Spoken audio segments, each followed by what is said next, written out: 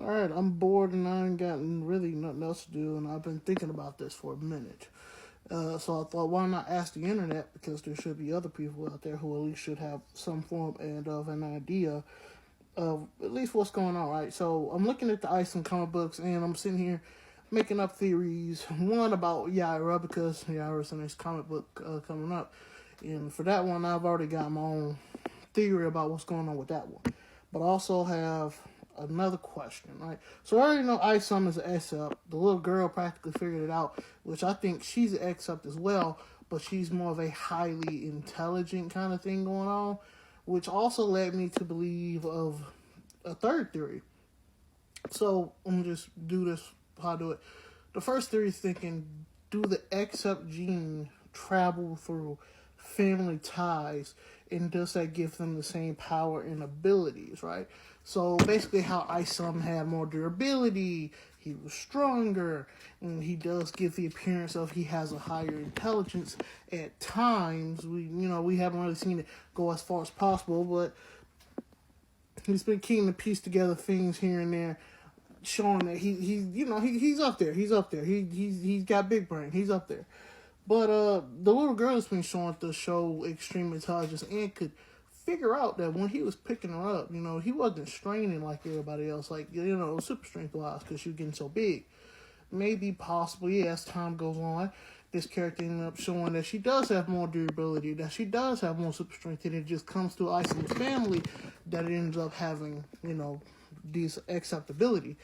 If this is the case, right, going into the Yaira theory, when we last saw Yaira in Isom 1, and we spoke about her in Alpha Core, Isom 1, Yaira, and then she was also mentioned in Alpha Core about the data that she was getting. I believe that Yaira, when she had left, ended up going back mostly to where she ends up staying at, to possibly her own people. Because when we end up seeing this design, it looks a lot of fiery, but I believe that's just more of her power just being shown off. Because when we end up looking at the Yaira pictures, she has more of a ice ability. Now, it could be that she can fly, more durability, and has fire and ice, and kind of has more of this mystical ability about herself. But me personally, I think that she just ends up having this, more elemental wise, but also kind of different. Because I was, thinking about it.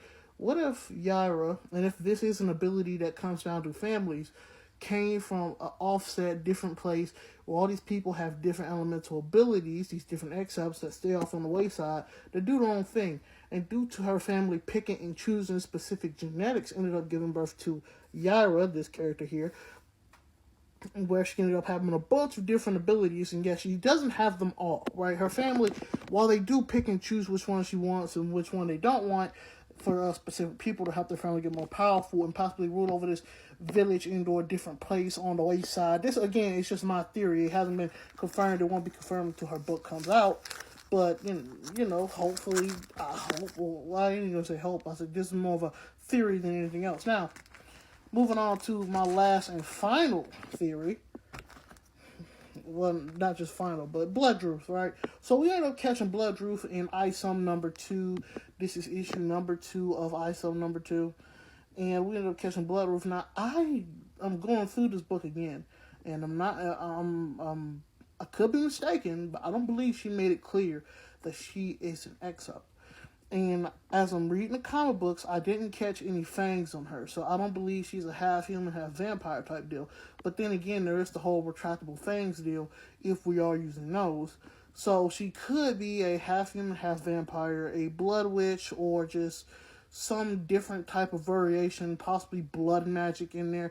Because she seems to go more into the more fantasy type deal of it, especially with her creatures.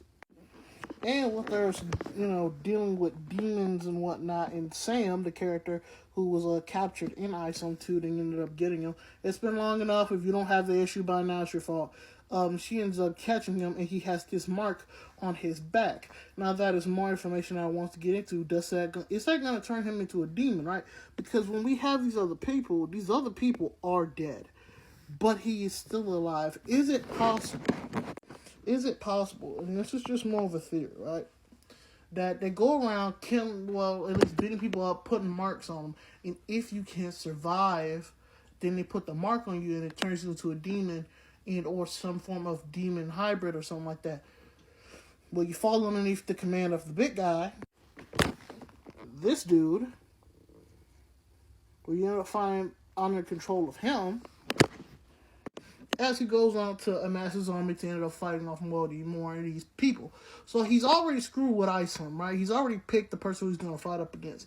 Bloodroof already is more of a fantasy type character based off of the information that we've seen. She ended up having like what looks like a dragon, and she ended up saying that these creatures are hellish. They look like they're from hell, and she ended up saying that there are different realms and different dimensions. No multiverse. We do not do that here, all right? No multiverse crap. We don't do that. It's too cheap. It's too easy. But there are different realms and different dimensions that do look like hell, and these creatures they look like they're from there. But she's also looking at some of these creatures, they do look more fantasy oriented than anything else. And again, Sam with the mark on his back, that caught my attention as well. I even made a Twitter post about it, like, so we just not going to talk about this. He's just going to run off, anything like that. Now, hopefully, Yaira is getting her book, and 9 times out of 10, we probably don't get an update on Sam until Gooding, because Gooding sent Isom to go find Bloodroof to go get Sam. They have Sam, so the logical thing to do is to take Sam with Isom back to Gooding, and 9 times out of 10, Bloodroof is probably going to end up going with her because she said she was on the clock. She had other things to go take care of, and we do know that her book is being made. Hopefully, we can get some more information out of that. But it's just going to change Sam. Is he going to have more demonic abilities? I hope so, personally. That way we can see, okay, Sam came from this and he ended up getting this power from this thing. But he ends up becoming more self-aware due to certain circumstances, right? That Bloodroof ends up seeing what's happened before. She has to take him and go do something else. That's at least what I'm hoping for in these theories.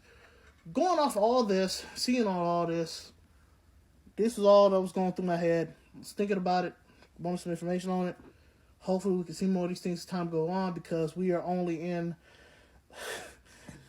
Alpha Core. All right, we're only on our 3rd comic book. 3rd. I know there are some people out there who ended up getting the I think what was not a newsletter, but the paper thing, the paper thing. I'm not sure if there was too much information in there or not. I'm not sure. All I know is Yaira's getting made. Well, not made, but Yaira's made, and it's on the way, and other stuff is coming. So, yeah.